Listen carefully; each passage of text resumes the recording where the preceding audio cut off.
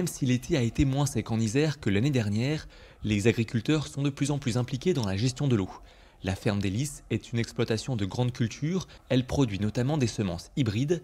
La ferme est un modèle de sobriété et d'économie d'énergie. Tout son réseau d'irrigation a été enterré. Étienne Charpentier a énormément recours au goutte à goutte pour arroser ses plantations. On a une couverture du besoin de la culture qui est vraiment au plus juste. Donc moins de gaspillage, moins de drainage parce qu'on n'apporte pas l'eau d'un coup. Donc en fait, c'est des petits cycles d'irrigation qui permettent à l'eau de s'étendre, en fait, parce qu'on n'a jamais un sol qui est gorgé d'eau. Donc ce qui fait qu'on humidifie tout le temps un petit peu. Le système a été automatisé grâce à ses boîtiers connectés. Étienne pilote l'irrigation depuis son téléphone portable. Sur ses 80 hectares de production, 75% doivent être irrigués. Donc là, le premier secteur, par exemple, il a des départs de 3h à 6h du matin et de 15h à 18h l'après-midi.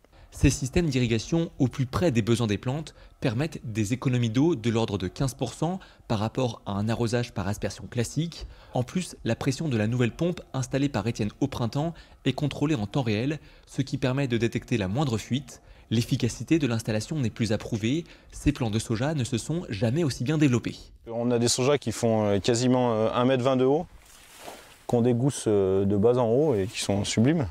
Les agriculteurs ont aussi recours à la rotation des cultures pour pouvoir entretenir leur sol, un paramètre qu'il ne faut pas négliger.